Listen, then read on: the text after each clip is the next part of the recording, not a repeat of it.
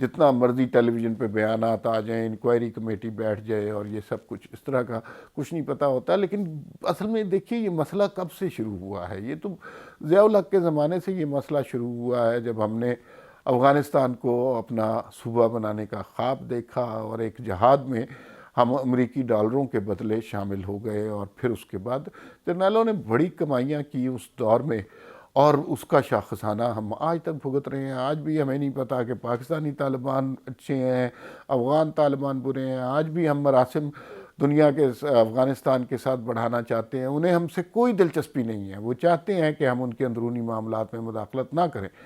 لیکن یہ ہمارے اپنے لگائے ہوئے پودے ہیں. ہم ہی کبھی ان بچوں کو جہاد کے لیے ٹریننگ دیا کرتے تھے، اور ابھی ان کو دہشت گرد کہہ کے پکڑتے پھرتے ہیں. ان کے بھی گریونسز ہوں گے، لیکن یہ جو کارروائی اس طرح کی ہے، یہ بہت ہی تکلیف دہ بات ہے. اور پھر پنجاب میں، لاہور میں، جہاں پہ عمران خان کے وسیم اکرم پلس بیٹھے ہوئے ہیں، جنہیں حال ہی میں بتایا گیا، اور پتہ نہیں سو رہے ہوں گے تو انہیں جگا کے بتایا ہوگا کہ بھائی آپ بہترین وزیر اعلیٰ ہیں. پورے پاکستان میں جتنے وزیر اعلیٰ ہیں سب سے بہترین عثمان بزدار صاحب ہیں، اور عثمان بزدار سے بہتر کوئی وزیر اعلیٰ ہو ہی نہیں سکتا. ابھی آپ دیکھیے کہ مری میں جتنا بڑا سانحہ ہوا تو عثمان بزدار صاحب کو بڑی دیر کے بعد یاد آئی، اور یہ جو ہے ہیلی کاپٹر سے دورہ کرتے رہے، ہاتھ ہلاتے رہے برف میں پھنسے ہوئے لوگوں کو.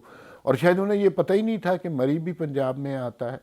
پھر اب یہ لاہور میں دھماکہ ہو گیا. تو اب یہ پوچھنا چاہیے نا کہ وسیم اکرم پلس کیا کر رہے ہیں. اور اس وقت تو اپوزیشن اس پہ سیاست نہیں کر رہی. میں نے ابھی دیکھا مریم نواز کا ٹویٹ اور باقی لیڈروں کا ٹویٹ، ظاہر ہے وہ افسوس کا اظہار کر رہے ہیں، غم کا اظہار کر رہے ہیں. لیکن اگر اس وقت عمران خان اپوزیشن میں ہوتے تو انہوں نے تو قیامت مچا دینی تھی. انہوں نے کہا تھا وزیر اعظم استعفیٰ دے، وزیر اعلیٰ استعفیٰ دے، یہ لوٹ کے کھا گئے، یہ ڈاکو ہیں، چور ہیں، یہ خود دھماکے کراتے ہیں. اور اب عمران خان وزیر اعظم ہیں، اور ان کے چنیدہ عثمان بزدار صاحب وزیر اعلیٰ ہیں. تو ابھی تو کوئی استعفیٰ نہیں دے گا، ابھی عثمان بزدار کے خلاف کوئی انکوائری کارروائی نہیں ہوگی. بس چند رٹے گھسے پٹے سے بیانات ہمارے سامنے آ جائیں گے، جس میں کچھ لوگ تعزیت کریں گے، کچھ غم کا اظہار کریں گے. ایک انکوائری کمیٹی بنا کے بٹھا دی جائے گی، اور اس انکوائری کمیٹی کے جو بھی اجلاس ہوں گے یا جو بھی اس کی کارروائی ہوگی، اس کا کوئی نتیجہ نہیں نکلتا.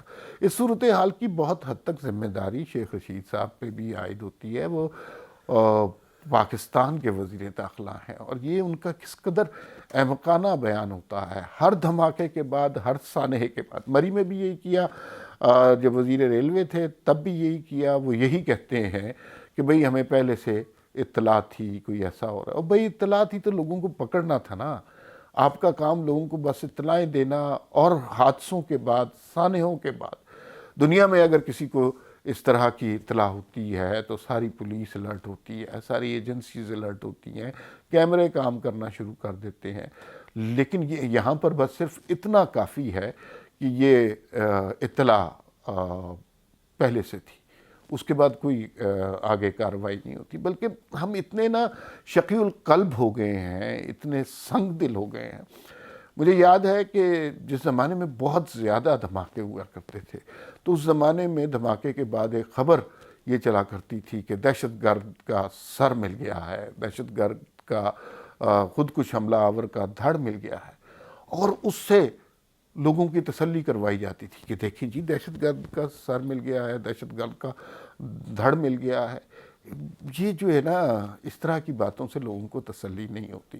آپ نے ریاست مدینہ کا خان صاحب بنانے کا وعدہ کیا تھا، تو اس میں ہر شہری کے تحفظ کی ذمہ داری آپ پر ہے. وہ کہاں ہیں وزیر؟ وہ جو کہا کرتے تھے کہ دریائے حضرت عمر فاروق کی مثالیں دیا کرتے تھے کہ دریائے فرات کے کنارے بھی اگر کوئی کتا بھوکا پیاسا مر جاتا ہے تو اس کا سوال حاکم وقت سے ہوگا. وہ تقریریں کرنے والے کہاں ہیں؟ وہ ریاست مدینہ بنانے والے کہاں ہیں؟ تو یہ بہت ہی تکلیف دہ صورتحال ہے، اور اس صوبے میں ہے، اس شہر میں ہے جہاں بہترین وزیر اعلیٰ بیٹھے ہیں. اب ان کو کیا ہی کہا جا سکتا ہے. وہ کٹ پتلی کے لگائے ہوئے ایک بہت ہی کٹ پتلے وزیر اعلیٰ ہیں.